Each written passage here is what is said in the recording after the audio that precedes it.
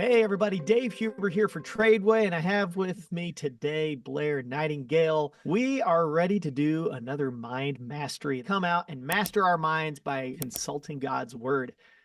We have been going through the stages of a breakthrough, and today's stage is implementation.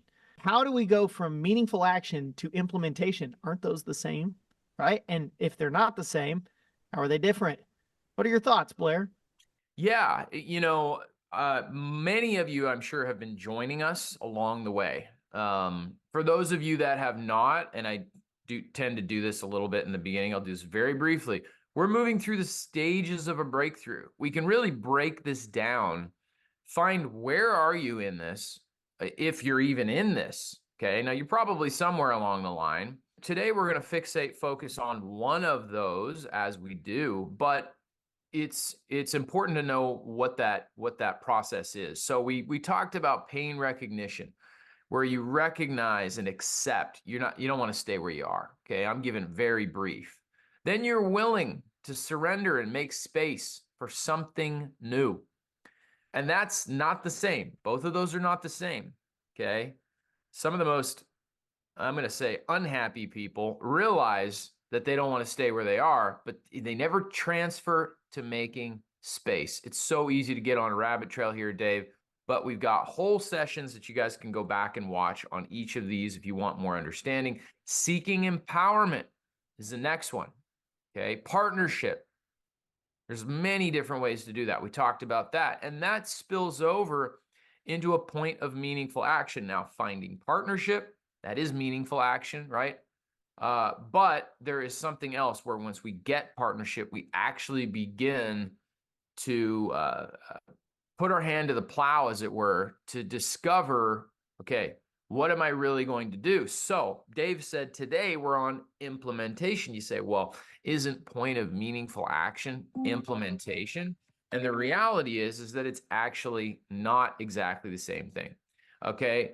So today, implementation, this is one of my favorite ones to teach on, because this is the space, Dave, that I think most people quit. This is the space where I like the phrase, if you don't quit, you'll win. This is the stage where I think everything that preceded it, of course, is very important, but everything that preceded it was meant to get us moving out of where we were, give us a vision and a mindset for what's possible, begin to get us moving. But now implementation is something that we're not just discovering, well, what do I need to be doing different? I quote this all the time. If how-tos were enough, we'd all be skinny, rich, and happy. I'm looking at it on my bookshelf right now. Okay, I didn't write the book, and I didn't write the line. But if how-tos were enough, we'd all be skinny, rich, and happy. Once we get to the point of meaningful action and we begin to implement that, okay, there is some implementation in meaningful action, but once we begin to implement it, that is where I find what Dave has heard me refer to as the pain-pleasure tipping point starts to play out, okay? When you have a new behavior, when you are implementing, and this is the first point I want to make before I hand it back to you, Dave. When you're implementing something new, here's how we have defined it. I continue to carry out these changes. So really, implementation is about the persistence and the consistency with which you begin to repeat your meaningful action. Okay, I continue to carry out these changes and keep moving as I face new norms, new experiences, new mindsets, new relationships. That's a lot of new, which means we're departing from a lot of old. Now, here's the thing, and I'll say this maybe quicker, Dave, and then we can expand on it as we go forward. What I find in my own life and when I'm coaching people is that, let's see, I think I lost you here, Dave. Let me go back. There we go. When you depart something that isn't producing what you wanted it to produce, but it is what you know, and it is producing something. Now, it's not producing what you want now. It's not producing the greater.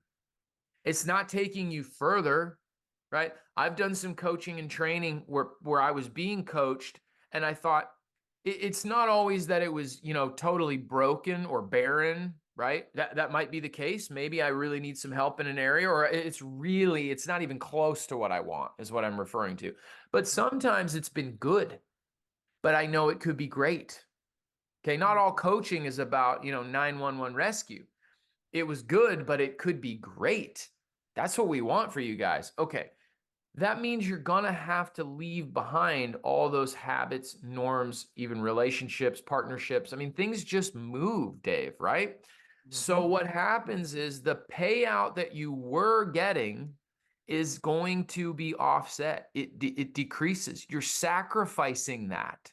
Okay, let's use a simple example, Dave, because it's good to be practical, and food is just easy. Okay. We could take sugar. Let's just take sugar, or you could take any habit. Okay.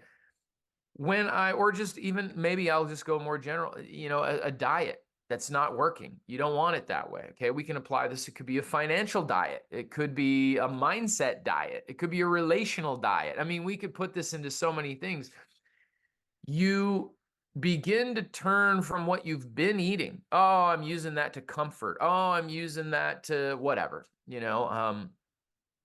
now I'm in a spot where I'm not getting the payout that I was getting. So I'm getting into new behavior, but it's so new, I'm not getting the payout from the new behavior either. I call this the space between. Here was the old lesser payout. You've got process to get you to the new tipping point where you start to see the fruit. Oh, I don't like to go to the gym, but I hate how I feel. I'm going to start going, and I'm going to stop eating what I've been eating, and I'm going to stop living the way I was living. Okay. All the emotional payout people get from that stops here. They've got to get to the point where they go so consistently, they actually start to feel different. Their body doesn't feel like it's going to, keel over when they actually exercise in extreme cases. But the space between is a time of greater investment and discipline without greater payoff. Now, thankfully, in many things, we'll get at least some micro wins right away. Okay. But some of the bigger changes are tough. This is something, credit card debt in the country, Dave, we're at all-time highs. We've never been higher. Now, I understand there are many reasons why that may happen. But going to the point where you're going to limit the things that maybe you've been doing so that you can deal with debt. Now, we can learn new skills. We can increase our income. That's one half of it. But there also may be some habits we need to cut back on. It's a 1-2 punch. That's the space between. Wait a second.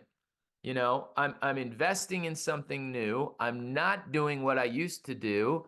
I love the vision of where it will take me, but the feeling and the benefit of it isn't going to kick in right away. And you can see that that's why so many people quit.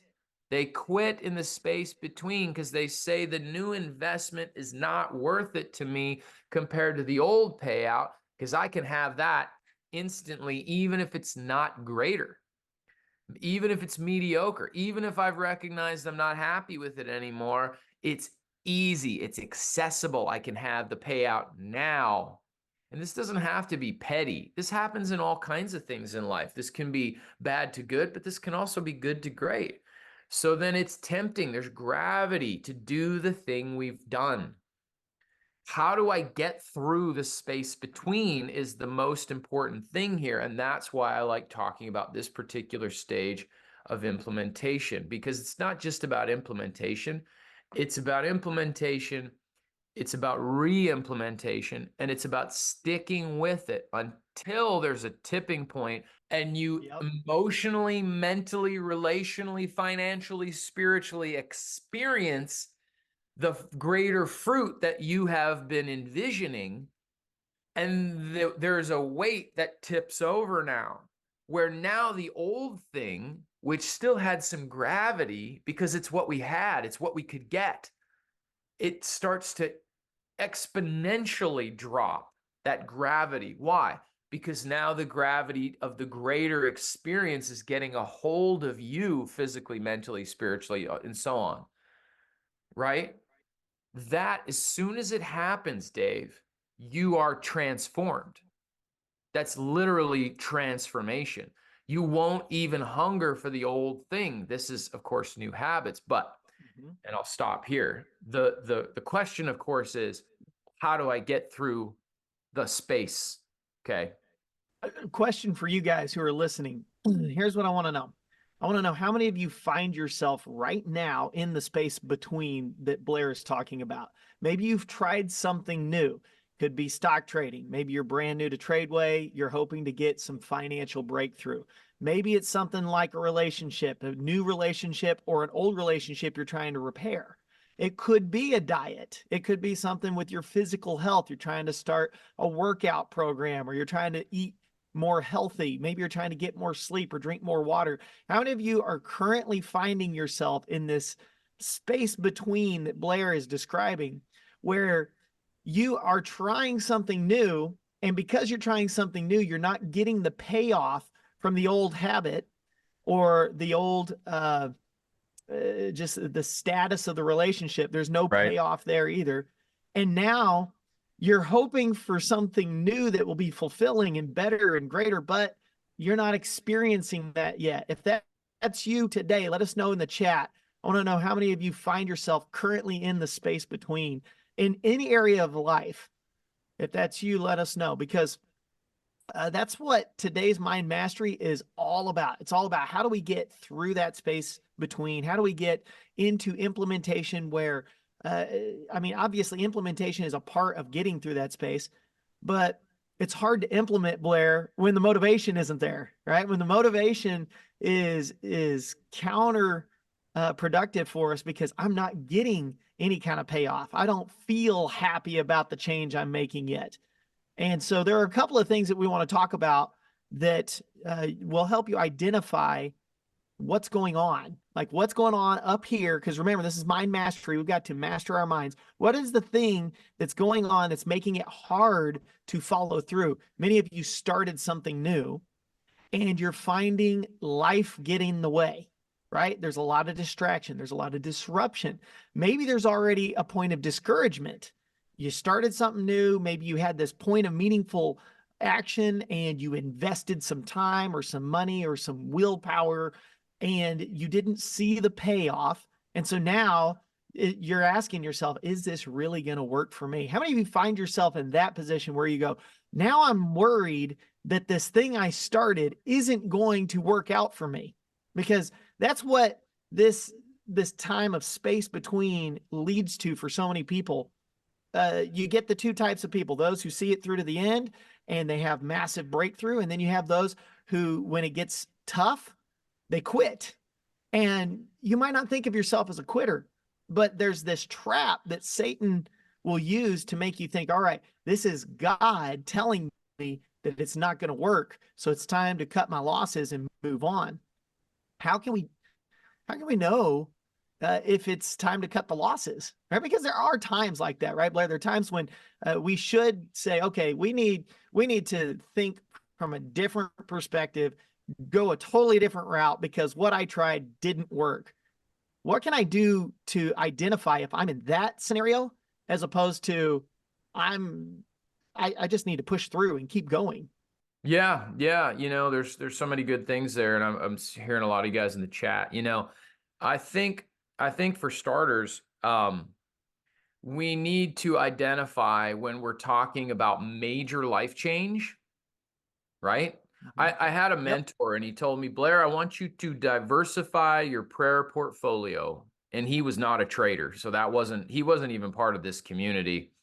But it's kind of funny that he said it that way. And what he meant was you can pray for there's the biggest thing in your life that you're praying for, right? Whatever it is. If that's the only thing we really push on, first of all, there's a lot of other things we can recognize and bring to the Lord and cover in prayer, but you're also pushing against the biggest thing. And some things we really need to persist. I'm not intending to teach on prayer. I'm saying if you're dealing with one of those bigger things, you're making a very significant life change. You're pressing into something big. I will tell you, Dave, for me, there's comments in the chat about trading. I had no clue when I started trading just how much junk, and I'm just going to be real, how much junk inside of me. If how-tos were enough, we'd all be skinny, rich, and happy. Here's the rules. Here's the strategy. Here's the implementation. And then here's all of my beliefs and behaviors mixing with it. That's been much more of the process. Dave knows I have an entire course for our students here at TRADEway on mindset. That's really born out of the work that I've done on that because of myself. That doesn't have to be trading specific. What I'm highlighting is that you may have some big things, big. And that requires a lot of energy. It requires time. It requires grace. And it requires us to have a perspective on, what do I really want, and how much am I going to really press into that journey? It's going to take some time, because we might be talking about, somebody said in the chat here, if we're honest with ourselves, this probably applies to all of us in some way. And I would agree. This could be small things in your life too, small habits. I've told this story too many times probably, but one of my coaches training me in the gym had me make some small adjustments, really small. And I thought two things. One, if they're small, they're probably insignificant, or at least less important than maybe the big stuff that I might change about my training.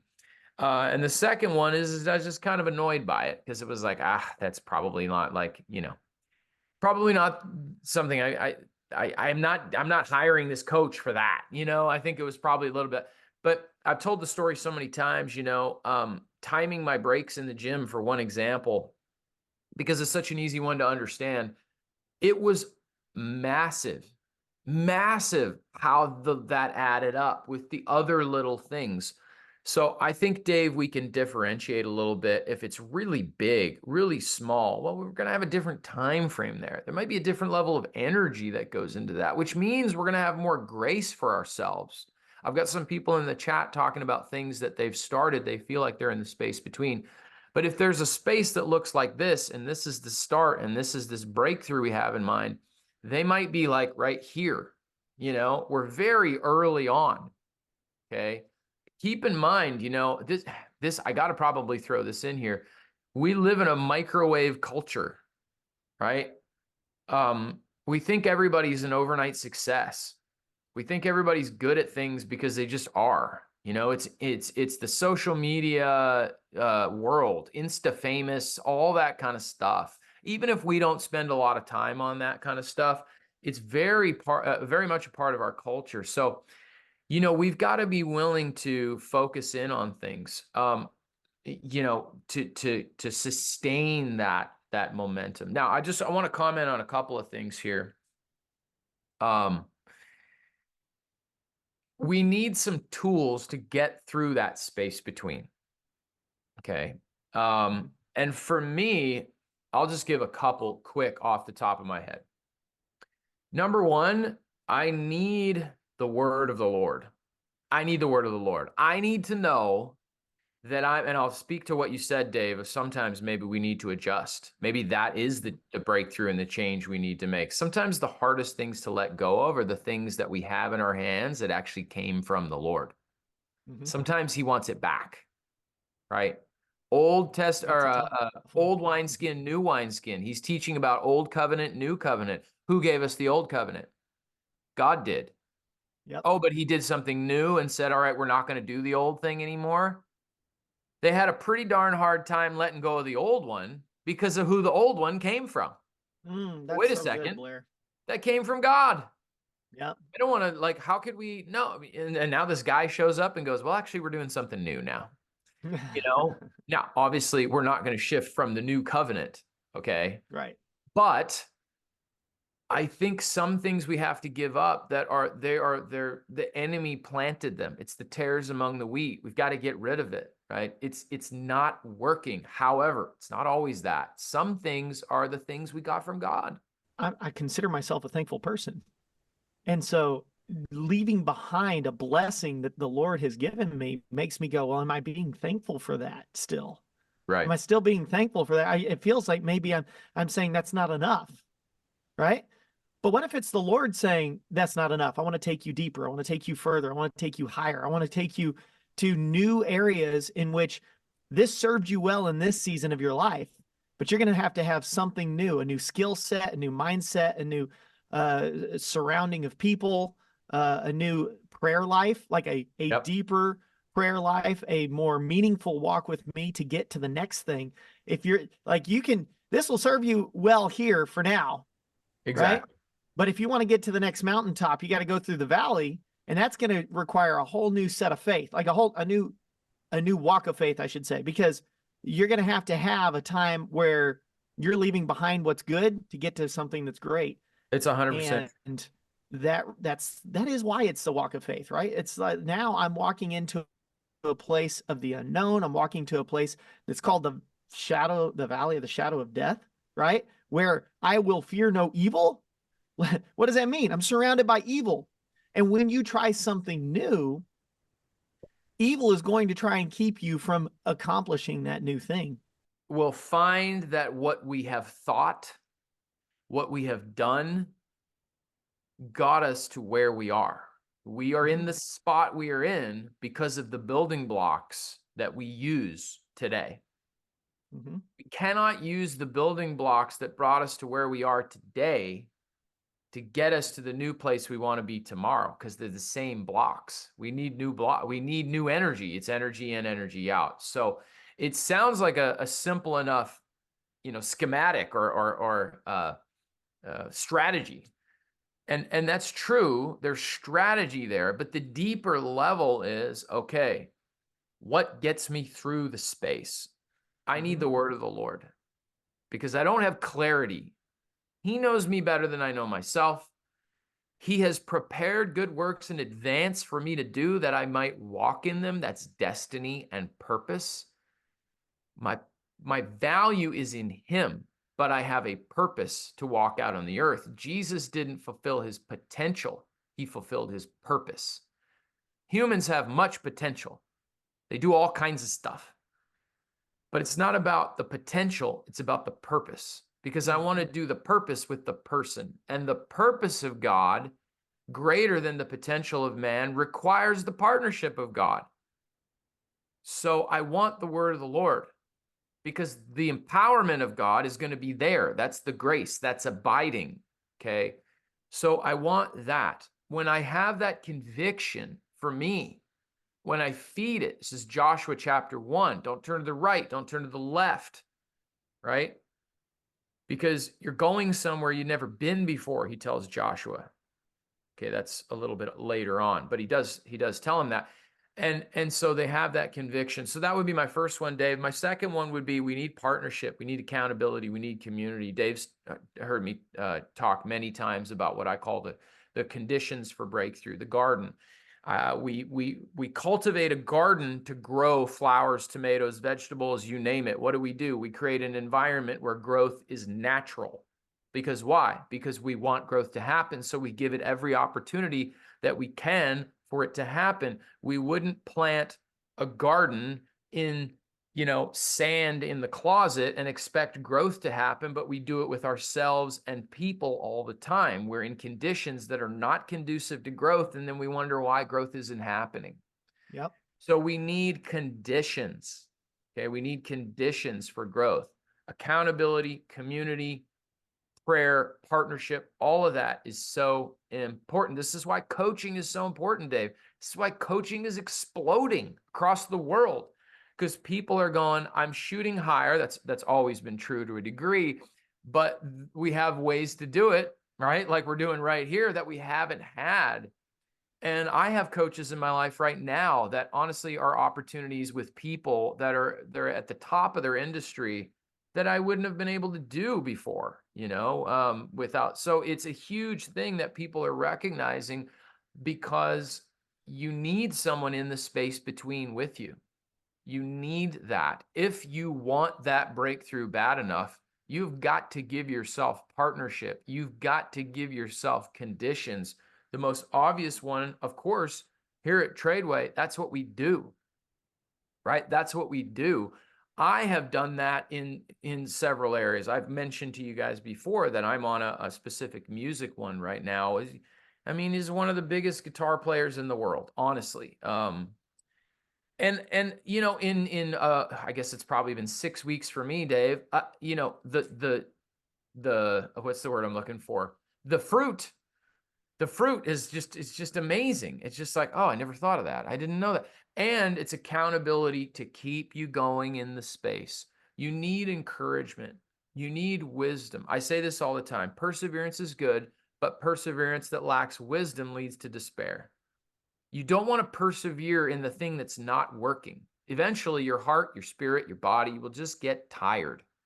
Yep. And then if you still don't quit, which is admirable, but you don't get results, then you're just going to be in depression, you know? So we need the partnership. There's just factors here that we need to put into play. So many of us in coming January are going to have resolutions.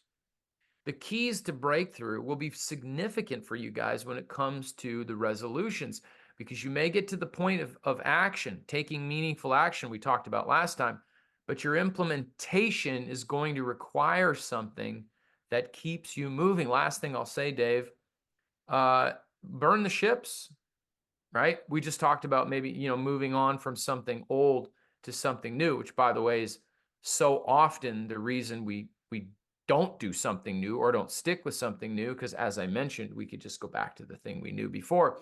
Old habits die hard, as they say. I would disagree with that when you're in new environments. If you plant yourself in an environment that does not tolerate the old, lesser behavior, that will break that off your life, or you will leave that environment. When I first got saved, Dave, the church I went to, the pastor, his name's Dr. Paul Valley. He didn't say this in a boastful way, but he said, you know, Blair, people are going to leave the church because in this church, you grow or you go. We are going to grow. We are going to pursue God with passion. This isn't going to be sideline Christianity. And some people don't want that. And it's not even judgment. They just don't want that. And they're just going to leave. It's too radical. And I'm like, hey, I'm 21 at that time. I didn't know God even existed. Now he does. I'm not trying to go halfway here. You know what I mean? So in the right environment, the old things, they'll just shrivel up. So environment matters. And when it comes to that space, the right partnership, iron sharpens iron, the right environment, you know, the things that shouldn't grow there begin to die. There's that old Puritan saying, the same sun that melts the ice hardens the clay. You know, people respond to environments differently based on what's going on in their heart, is what that essentially means. Now they're talking about the gospel, but environment matters. Some of you guys out there, you're charging after this, but you're not connected, and that's hard. I will tell you, Dave, and then I'll zip it for a second. I gotta say, you know, I think for me in my own life, there are some areas over the last maybe 3-4 years that I could recognize and say, I've been doing a lot of things on my own. I've been trying to do them on my own. And I see, you know, I know this stuff, but then it sneaks through in certain areas. You know, certain things happen. Life gets hard, you know. Obviously, the world has gone through some pretty intense stuff. And I've been aware of that to a degree, but I think even more than I realized, oh, I'm trying to sustain that. I'm trying to pursue that, but I'm not doing it in an environment that is giving me power. And that doesn't get me through that space. And that's what this implementation stage is all about, right?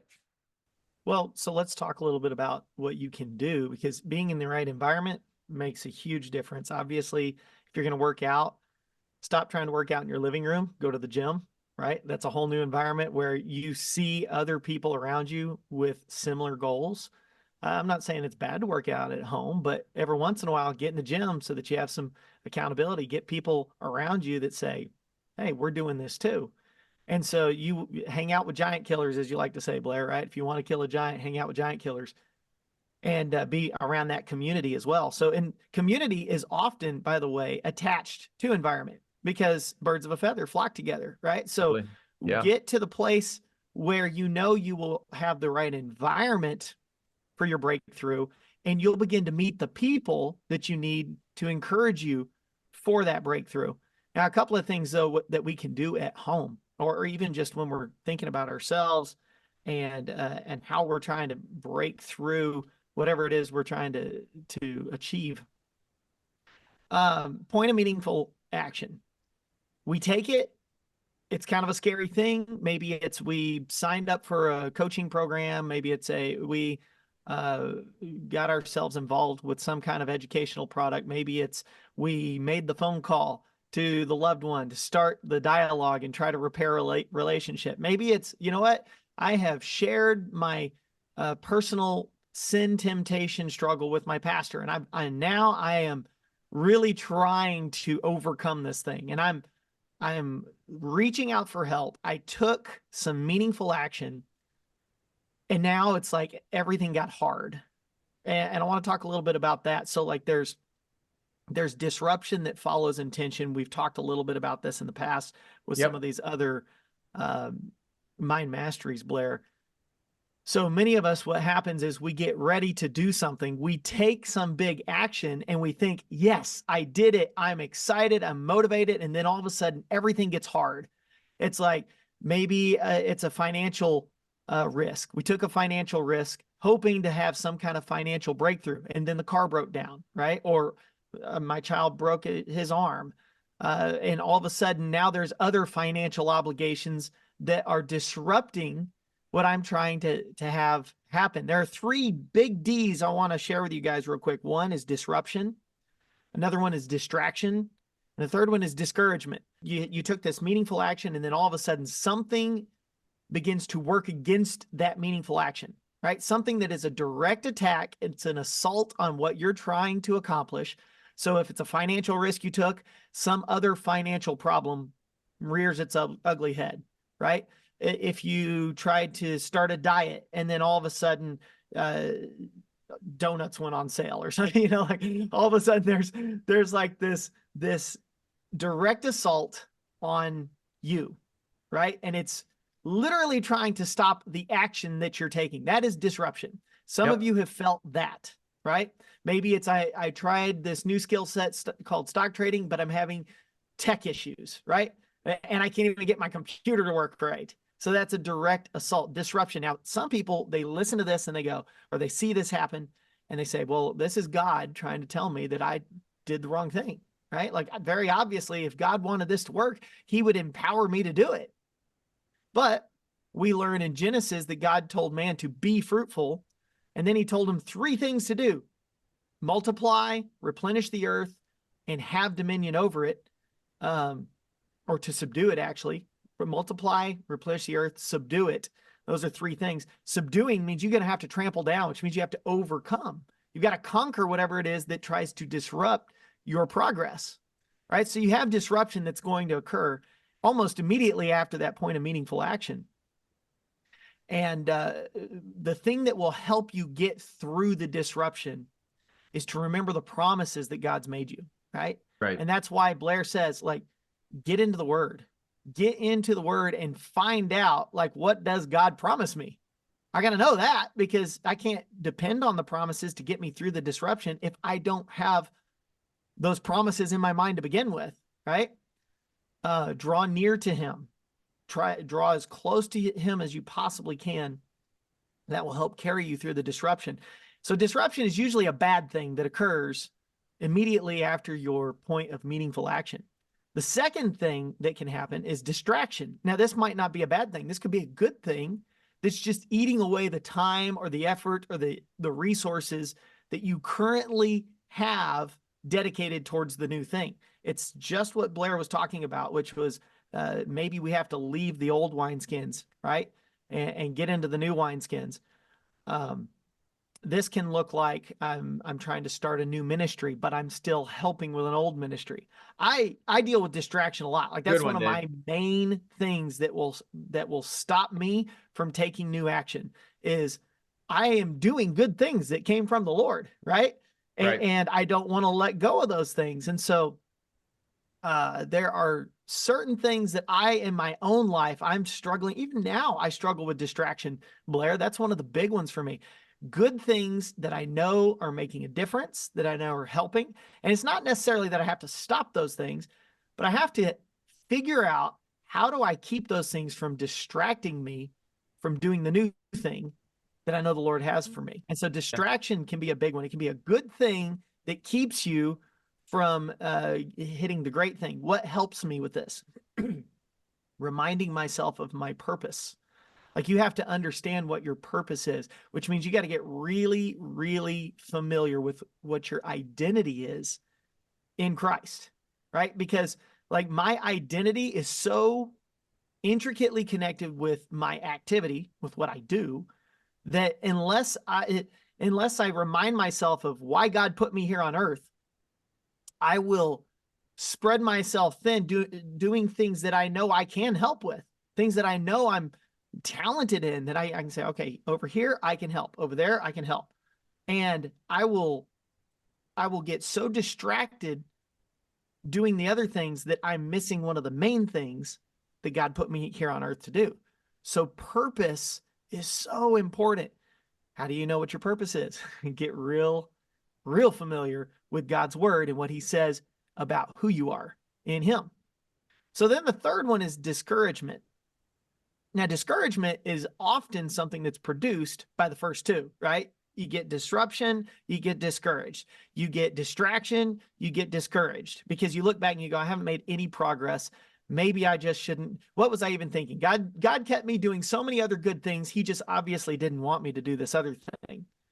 And that's the trap. It's like, okay, well, but then I have the scripture that tells me, if a man knoweth to do good and doeth it not, to him it is sin, right? Well, so if that was a good thing, and he didn't do it, isn't that sinful for me? Like, I can get so distracted with other good things and just use my lack of time, my lack of resources, my lack of energy as the excuse as to why I wasn't supposed to do it. Yep. But God's called us to be more. He's called us to a greater capacity than what we think we even have. It's true. And so I've got to figure out, how do I overcome the discouragement that I feel when I'm distracted? How do I overcome the distraction or the discouragement I feel when I'm disrupted? And how do I continue on? And so I think one thing that we can do is, we've got to get into God's word, like you said, but two, when we implement, there's something that we should be doing while we implement. And here's what we should do that will really help us out. In your implementation, it starts with execution, right? Right. That's that point of meaningful action that we talked about last time. That execution it's going to be like, I did something. But what happens to us, Blair, me especially, I will do something and then I'll say, did it work or did it not work? And if it didn't work, I go, okay, I got to stop doing that thing because it didn't work. If you're on a diet and you don't lose weight, does that mean you shouldn't diet? So diets don't work for me. See, that's the trap. I'm going to stop doing the things because they don't work for me. But there's always a positive outcome, even if we don't see it. It's like these micro wins that you were talking about, Blair. Like, let's say I start a diet and I begin to try to eat more healthy, drink more water, reduce my sugar intake, right? Maybe up the protein. And I do those things. And then I look at the scale and I went up. Okay, well, now I have to stop eating, or now I have to stop dieting, or this diet doesn't work for me. What we should be asking ourselves is, how can I continue to make those meaningful changes in my life, but adjust so that while I'm executing, I am also enhancing the execution. So in other words, yep, here's some E's for you: execute, evaluate, and then enhance. I take some meaningful action.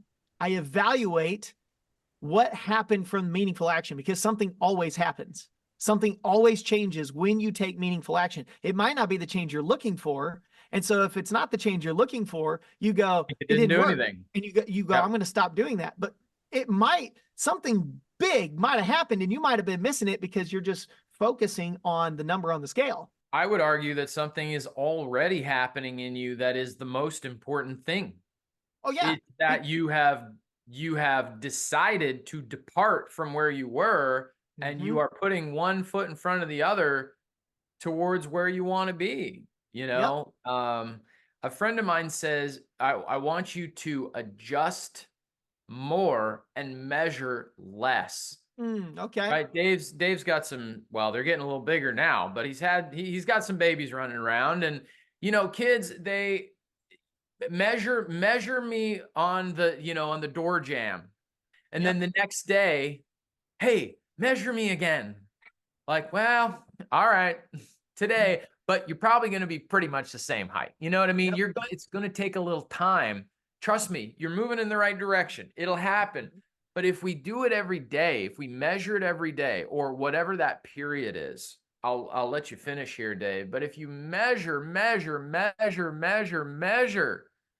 you're going to, by nature, capture smaller increments of measure, in some cases no measure, and that is only going to, if we interpret it right, the way we interpret what happens to us is always more important than what actually happens to us, because it changes the energy that we have for the next action, and the next action is more important than anything. So it's important that we don't over measure. If you need to, as Dave's point, adjust. If we need to adjust, this is where community and coaching is so important. I had that same coach, Jay Cutler. He told me once, Dave, I said, we're not moving fast enough. I told a 4-time world champion, we're not moving fast enough, because that's a massive weakness for me. Now, more, now, harder, faster. Let's go. Let's go. He said, Blair, relax. Like, out of a place of his experience and authority, relax. Stick to the plan. And I went, hey, you're the boss. Stick to the plan. And that's what we did. And over time, the results were massive, massive. I'm pretty sure I'll never be in that shape again. I don't know. But the point is, maybe, but I know how to, if I would had that dedicate. The point is yes, I'm 100% agreeing with Dave, guys. I think this in my experience is bigger than you maybe even might catch. That's really good too, because I like that you brought out the fact that you're not in the shape that you were when you were daily walking with Jay Cutler, right? Daily walking with Jay Cutler, you didn't get the breakthrough you wanted immediately, but once you got it, once you looked back over time and realized, oh, I did get the breakthrough and it was massive, you said, man, this did work. I just had to be patient. I had to trust the process, and I had to keep moving through. But I love that looking back, you go, well, I'm not in that process right now. And so if you were to just look at you now, and you're still in great shape, but look at you now compared to what you were prior to that experience with Jay Cutler, you might even look similar, right? Because you're not in the process, and you're not striving for that higher level of just health. I'm not pushing quite that high, but I can tell you the mindset and physical conditioning and habits, lifestyle habits that I took from that have never gone away. It transformed me as a person. That's what I'm trying to pull out. I was over measuring. And for some people, the over measuring will create discouragement, in which you quit. Some people, the over measuring will cause you anxiety, and you will strive. You will overdo it. You will burn yourself out. They're just two extremes that are coming from the same root. Sure. And he helped me, as you're saying, Dave, to not measure, but make meaningful adjustments when necessary, and continue on. Right. Continue on. Get through that space between. One of my favorite things you said is, like, I'm not in that shape now. I might not even ever be in the shape that I was but I know how to. So what does that tell you? Like, even if you got back to the point where you were prior to conditioning with Jay Cutler, you now have a knowledge, you have a skill set, and even just a transformed mindset that if you said, no, I want to get back in that shape, you now have the ability to do that without going back and paying Jay Cutler again, right? Like something transformed inside of you where now you have a higher level of understanding in the world of physical education, so that now you can go and get those results like you had when you were with the master, right? Like the student has become the master sort of thing, right? And so like when you learn to execute and you evaluate, you don't want to over evaluate, right? But you have to enhance. And that's what a lot of people do. They get so stuck in the evaluation process, they forget to enhance based on what they learned in the evaluation process.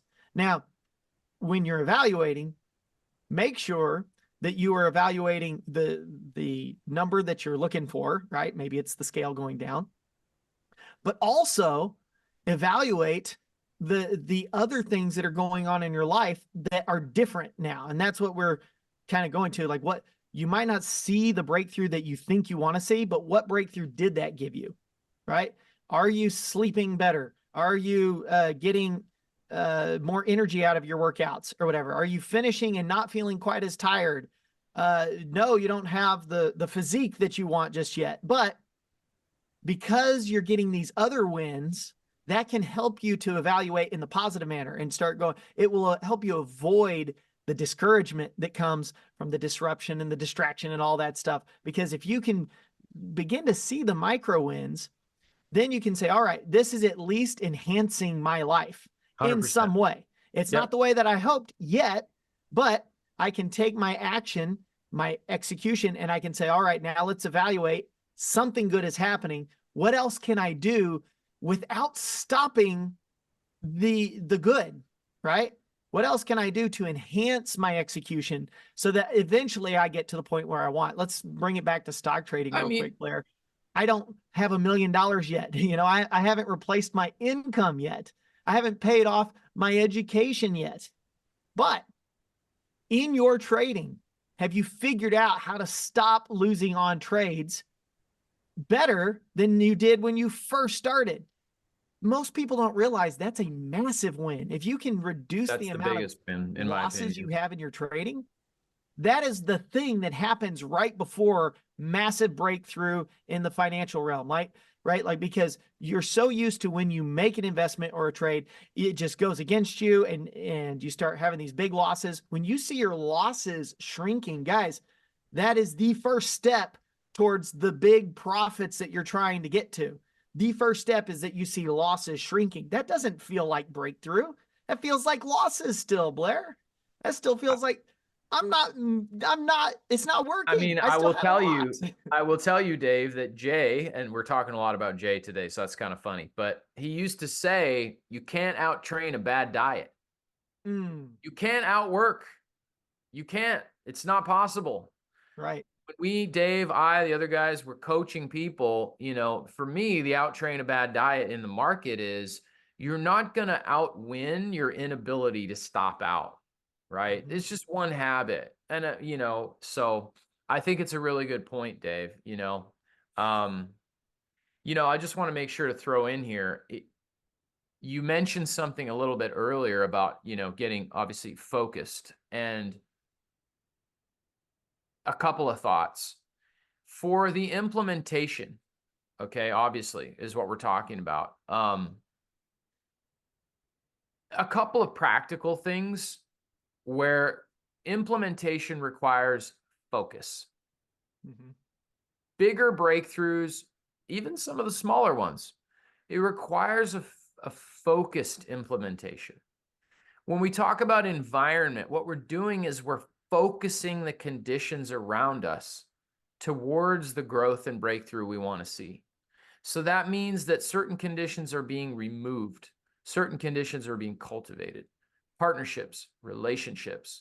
This is what we do with school. That's what school is. School is a cultivated environment that's meant to drive an outcome in you, right? That's what it is. It's a great example of that. Some are good, some aren't, but it's what that whole model is. Um, we want to, I was going to say this, Dave. I think in 2024, what if you guys, myself included, what if there were a few things that you decided in your environment that you could eliminate them? You have a couple of activities that you know they just don't serve it. I had a mentor said and it was said this way. I remember it specifically, but success in the gospel creates Christian activity. And it's Christian activity that has the highest potential to insulate us from the movement of God. And what that means is Christian busyness. I'm a Christian, so I'm going to do. I love what you said, Dave. It's the ministries you've been in that keep you out of the ministries you're called to. Because we think, well, they need help and they need help and they need help. And of course, we're called to be the servant of all, but we're to him first. Our first ministry is to the Lord. I'm not saying we ought to be selfish, because if we're doing business with the Lord, we will be serving. Yep. But we're doing what he's doing. So what is it that God is calling you to in this season? It's not just Christian busyness. It's partnership with him. It's the thing that he has put you on the earth to do. Our culture is going to offer you the longest buffet you've ever seen of all these choices and things that you could do and spend your most precious resource on, which is your time, your attention. Yep. What's that phrase? Pay attention. Pay me your attention. It's the most valuable thing you have. And if we're a mile wide and an inch deep in the space between, we're not going to do very well.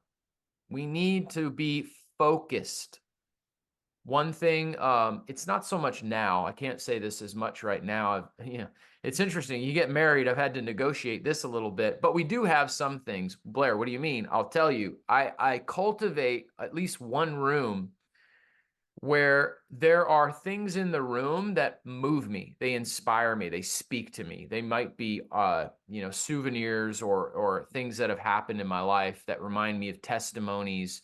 I won't call them altars, but you look at how, Israel would set up things along the way that would remind them of things that God has said and done. We have a whiteboard in our bedroom. One side is her name, one side is my name. And the things that we feel like God has spoken or highlighted to us, they're written under our names, and you can see them from anywhere in the room. And we read them before we go to sleep, because he told Joshua, don't let this depart from your mouth. I need the lens. What is God focused on? And I need to say it and think it and pray it, because if I don't, then I won't be focused on it. And I need that, because if I'm sustaining pressure in that space, then I need vision, right? People need vision. Of course, we know the scripture. In fact, the ESV says, without prophetic vision, the people cast off restraint.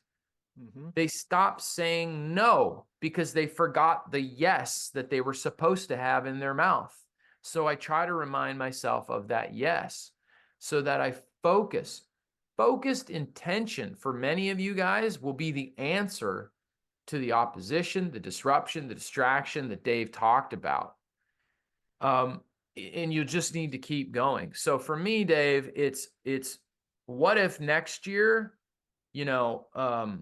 this thing, the screen time got cut in half, or whatever serves you. Some of you guys work on this thing. That's a different story. But what if you burn the ships in a couple areas? What if you, you guys know I'm not anti-TV, so I'm not on some anti-media, my wife's an actress, for goodness sakes. But the point is, it's like, some of you guys, you need to just sell your TV for 6 months. Just get rid of it. one of my mentors, Myron Golden, said that you can't afford to watch TV till you're making 20 grand a month.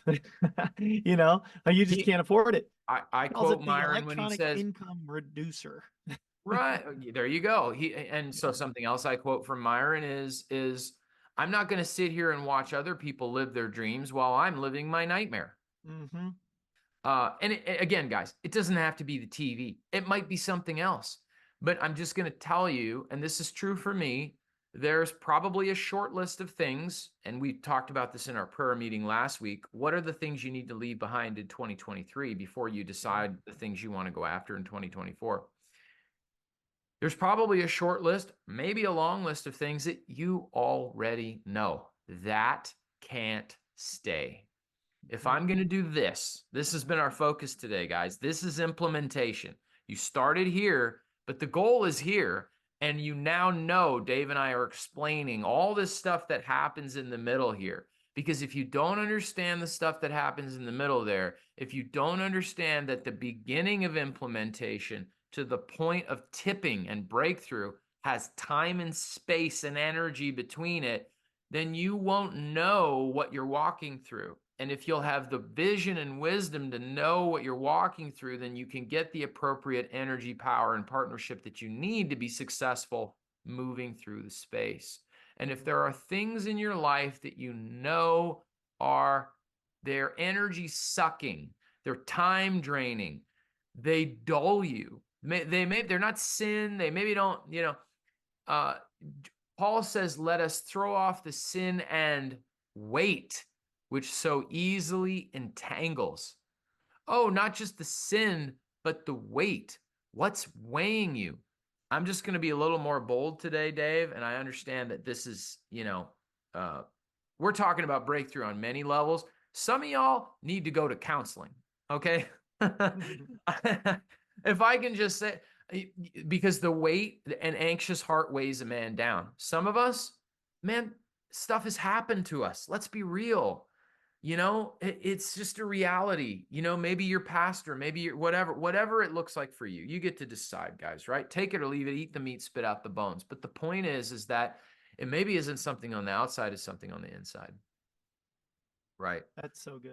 And it's weighing you down. It's the sin and the weight which so easily entangle. So we can run.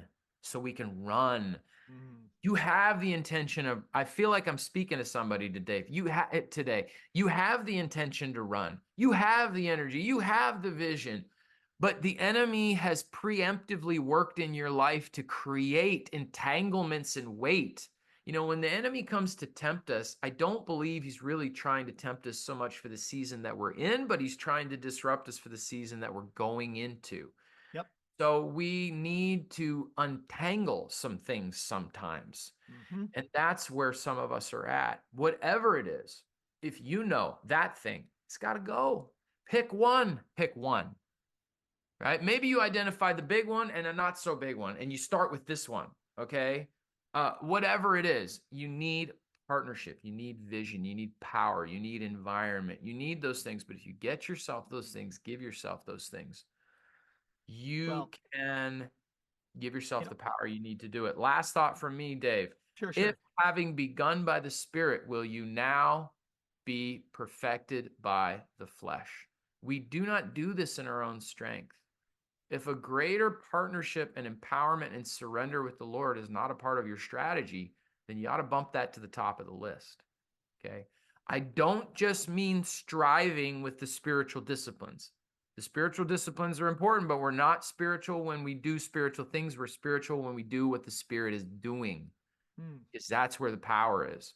So if that's not in your list, make it your list. If something else is taking from that, then that might be number one on your list, should be number one on mine, Your goal because when you're we will get implementing. power from him to do the thing that we are meant to do. But don't be surprised if the Lord wants to draw you away from something else that you've been getting power, identity, strength, meaning, provision from, because that's supposed to be from him.